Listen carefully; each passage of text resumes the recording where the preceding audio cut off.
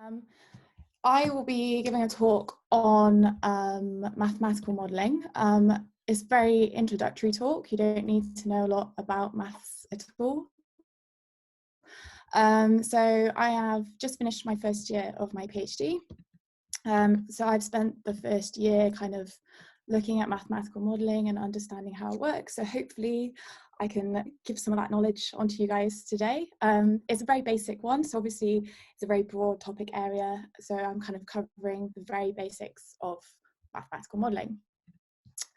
So I'll go over what mathematical modelling is and why we use it, an introduction to the SIR models and using that within a poultry setting, and how we expand on SIR models in epidemiology.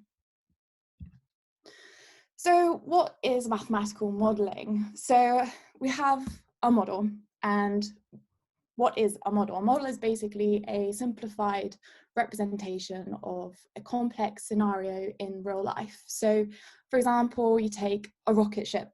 You're not going to go straight to developing a rocket ship. You're going to start with simplified models and build your way up to this. So you can think of it as a blueprint for a car, a blueprint for anything. This is what a model is, to visualize a system structure. A mathematical model uses these systems but describes them using mathematical concepts and mathematical languages.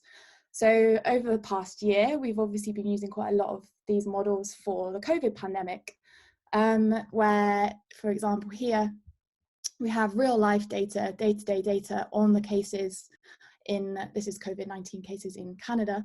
And we can see how this progresses. Then they use this data to forecast, which is this black line here, with confidence intervals using mathematical models. So COVID-19 and mathematical modelling. How do we build our mathematical models? So this is a modelling cycle from a paper in 2013 where they defined how to do this. So you start with your real life situation, which you can understand and simplify to build this real world model.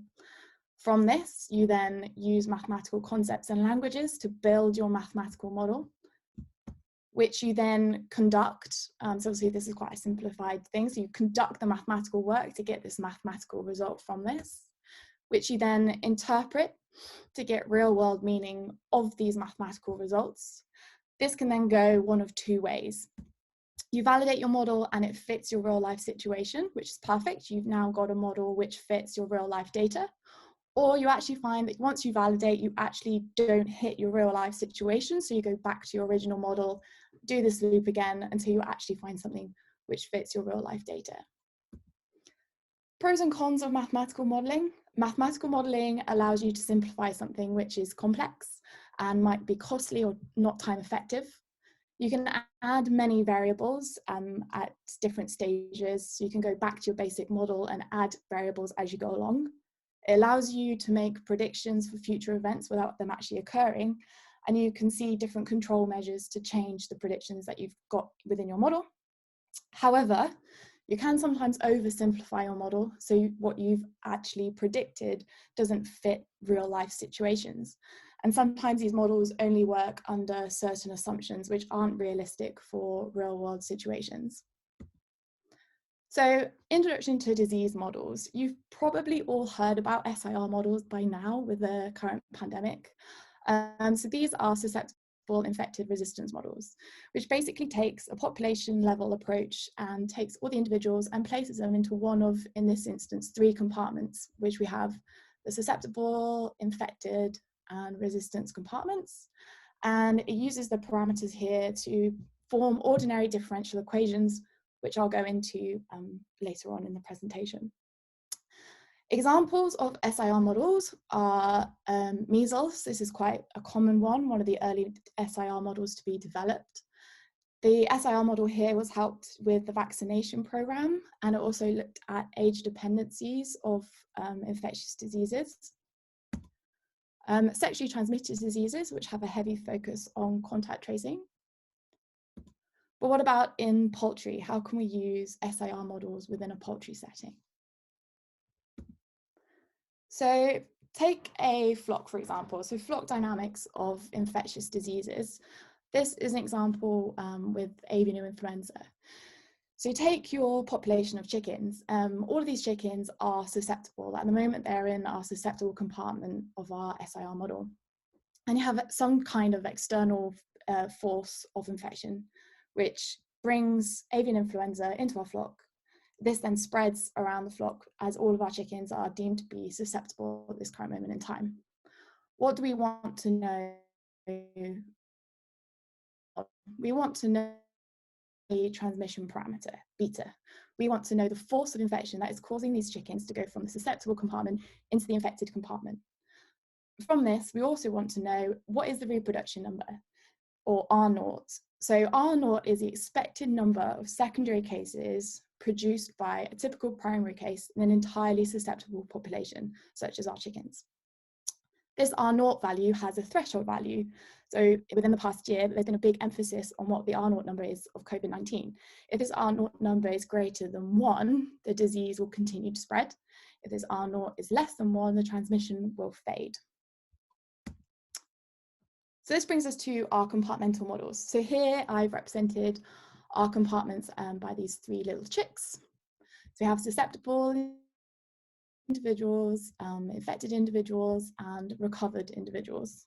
We have different parameters. So here, lambda represents the number of births into our system. D is the mortality coming out of our system.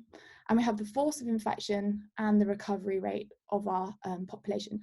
Within a chicken flock is very likely to be a closed situation, so we're not going to have our births or death rates, but for simplicity, I'm going to keep these in our model.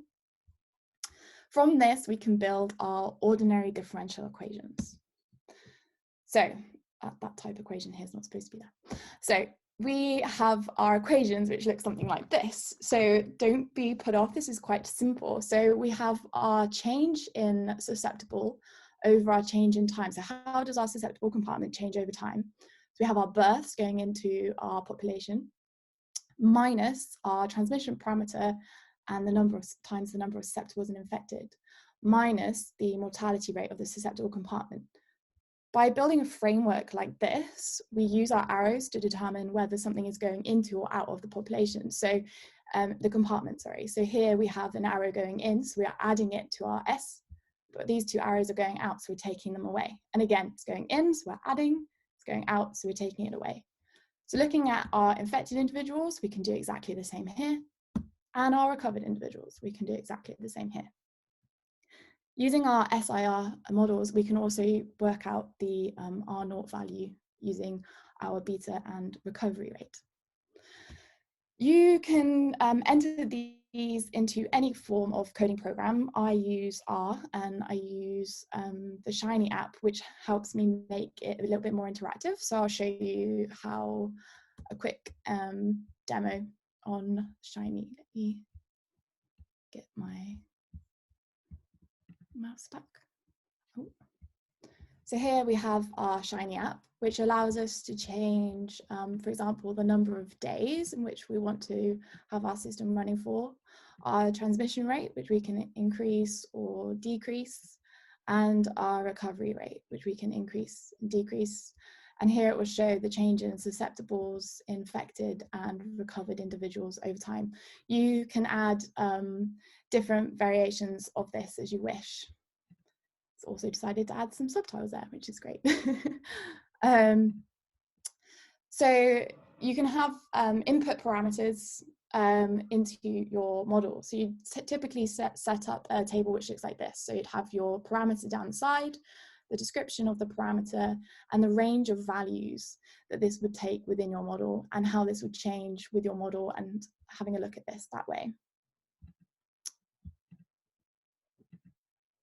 Intervention methods, you can build upon these methods, these models layer by layer, to have a look at how intervention methods would likely change the prevalence of disease at the end of the flock cycle.